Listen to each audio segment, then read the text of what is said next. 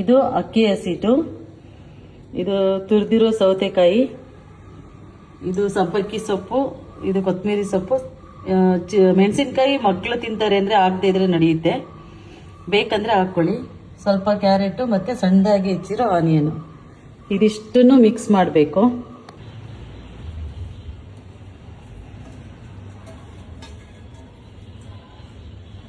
ಇದಕ್ಕೆ ನೀರು ಎಕ್ಸ್ಟ್ರಾ ಹಾಕೊಳ್ಬಾರ್ದು, ಸೌತೆಕಾಯಿ ತುರಿದಿರೋ ನೀರೇ ಇರುತ್ತೆ, ಅದರಲ್ಲೇ ಮಿಕ್ಸ್ ಮಾಡ್ಕೊಬೇಕು.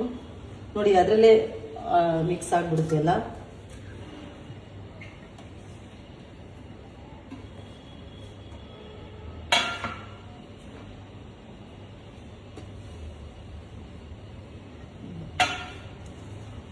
ಇದೆಲ್ಲ ಚೆನ್ನಾಗಿ ಮಿಕ್ಸ್ ಮಾಡಿಕೊಂಡು ತಕ್ಕಷ್ಟು ಉಪ್ಪು ಹಾಕೊಳ್ಳಿ. ನೋಡಿ ಇದು ಆಲ್ರೆಡಿ ಚೆನ್ನಾಗಿ ಕಲಸಿದ್ದೀನಿ, ಈ ಥರ ಕಲಿಸ್ಬೇಕು ಚೆನ್ನಾಗಿ ಈ ಥರ. ಮತ್ತೆ ನೀವು ಡಯಟ್ ಅದು ಇದು ಅಂತ ಇದ್ರೆ ಇದು ಅಕ್ಕಿ ಹಸಿಟ್ಟು ಏನು ಹಾಕೊಳ್ಳೋದು ಬೇಕಾಗಿಲ್ಲ. ಗೋಧಿ ಹಿಟ್ಟು ಅಥವಾ ಜೋಳದ ಹಿಟ್ಟು ಯಾವುದಾದ್ರೂ ಹಾಕಿ